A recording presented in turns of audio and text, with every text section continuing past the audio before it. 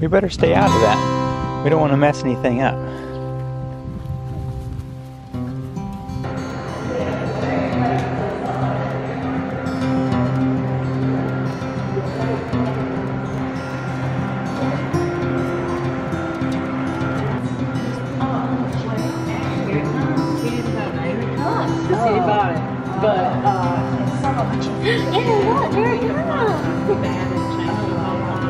Most we've seen it adding. What's it doing? Say choo choo.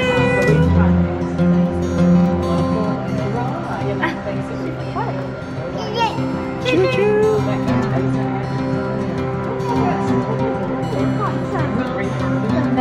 So we still give this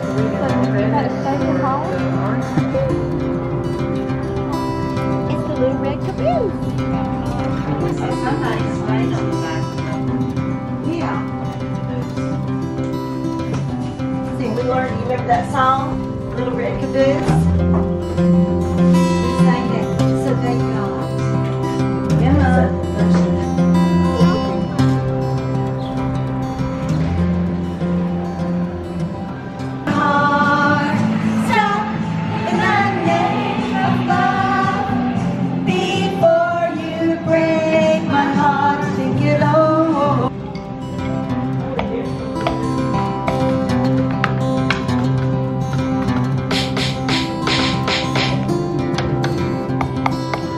Right? Figure it out. Stop. Snapping is very, very important. Okay, that'll set you up for the next move. But I'm showing it to you again. Ready? To the right. Hand is important. Left. Hand is important. Stop. You gotta swag it out a little bit. So give me your head with it too. It's here. 2, 3, 4. Hand comes around. 3, 4. Then up, down, up, down.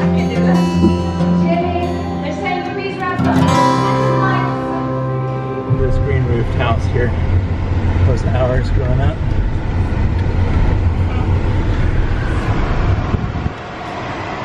Nothing fancy. Welcome back to Land House. It sure is nice to be back home. We just returned from Mississippi where my granddad's funeral was. And man, that drive is a killer. So it's gonna take me a day or two to recover from all of that, get back in the groove of doing stuff. But my mom had asked that I make a few outdoor toys for the grandkids, Emma and my niece and nephew and all that. So I've already built a balance beam, but now she wants some stilts, which are just blocks with rope on them, and then a ring toss game, which I'm working on right now. So I'm out here at the wood pile to get, let's see, I need a 2x4, I believe. Do I have anything other than 16-foot boards out here? There may be one in there. Let me see if I can get it real quick. So here's what I have. I've got a 3-foot board that have 2 45s cut into it, there and there. And I've gone ahead and pre-drilled and put some 3-inch, I think 3.5-inch screws in there. And that's going to be the bracing between the upright piece and the top piece. And this is the top piece here. It's got a couple of 3.5-inch screws for support there. And then down here, I put this loop in. And the loop is going to have some of this nice strong twine. And it's going to have this, it's a little bit too big, but it's a circle here. And the upright piece is going to have this hook, and it'll just be able to swing this on there. So we'll go to my mom's house and get this thing installed. Gotcha!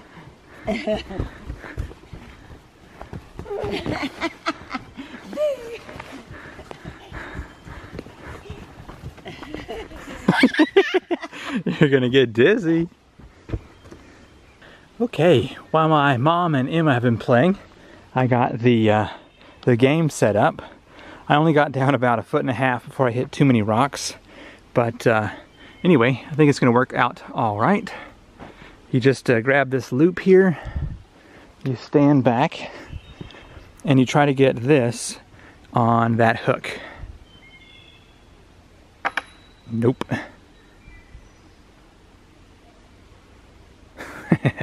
obviously I'm gonna have to practice. I also made a couple of little kids stilts, which is nothing more than a 2x4 block with a string, and they just hold on to it and walk around with both of them. What a long day.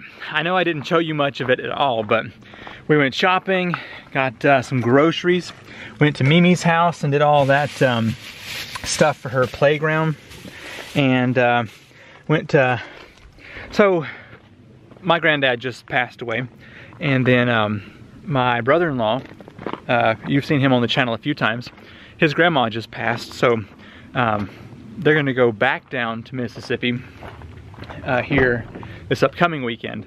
So anyway, I took a suitcase to my sister and got her situated. But anyway, so today was Ashley's day to get stuff done, and tomorrow is Dad's day.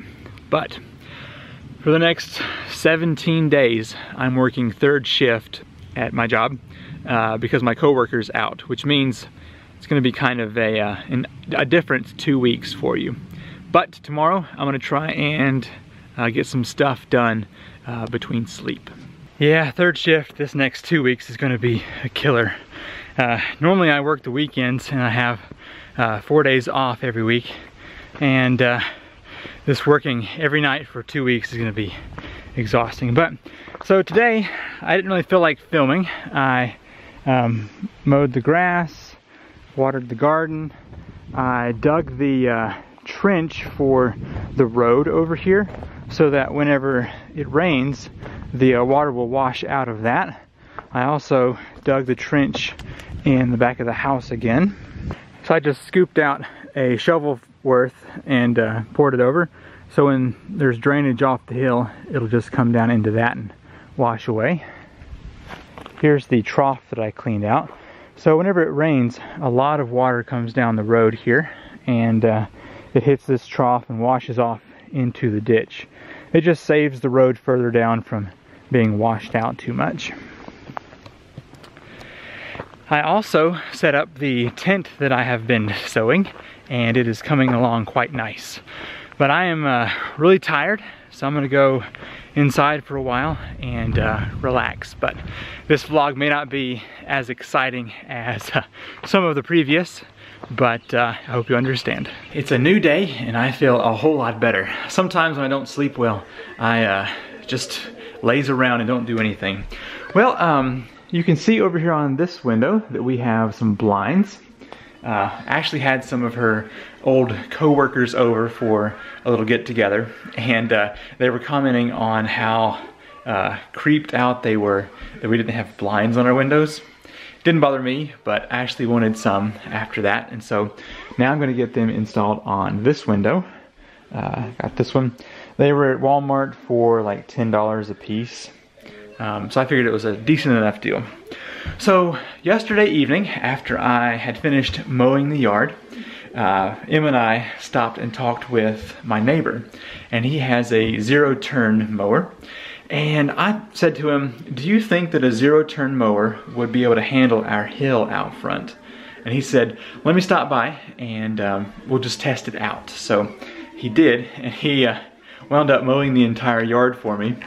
But as you can see, it worked out quite well. So he just was able to handle that hill no problem.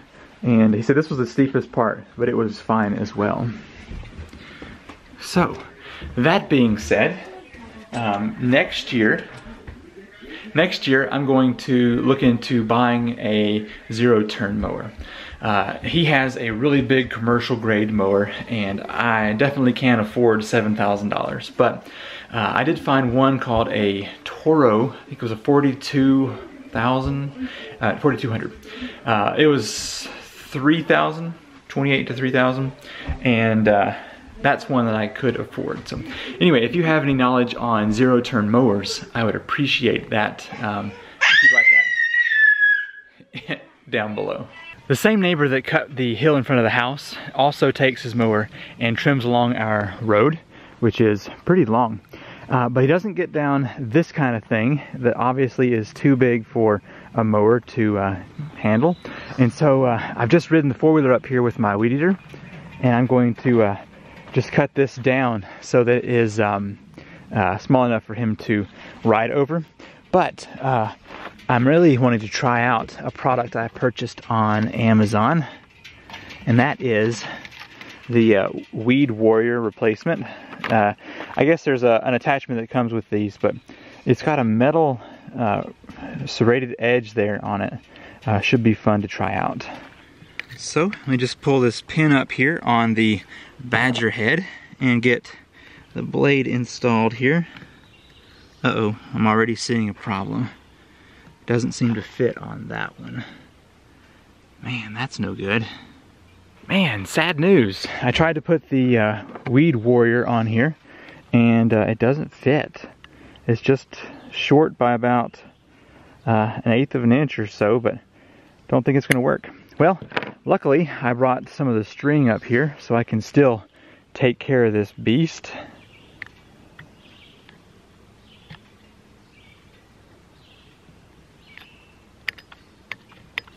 There we go.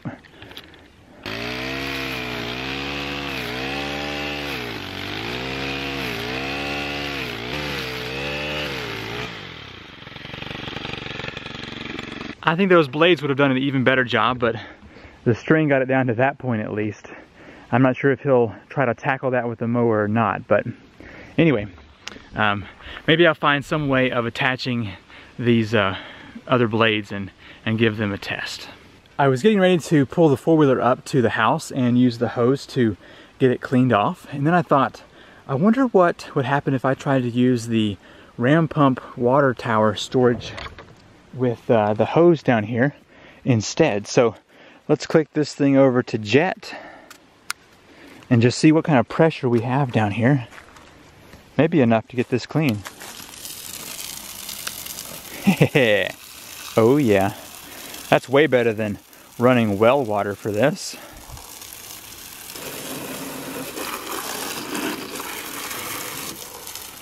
Well, I just got back from my mom's house. I changed the oil and picked up some ram pump packages like that one. So I have 2 to make tonight to ship out tomorrow. Well, this week was a little bit unusual with our trip and me starting my 3rd shift for 17 days straight. But hopefully I will be able to put together a nice vlog for next week. Thank you so much for watching, and I will see you in the next video. Bye.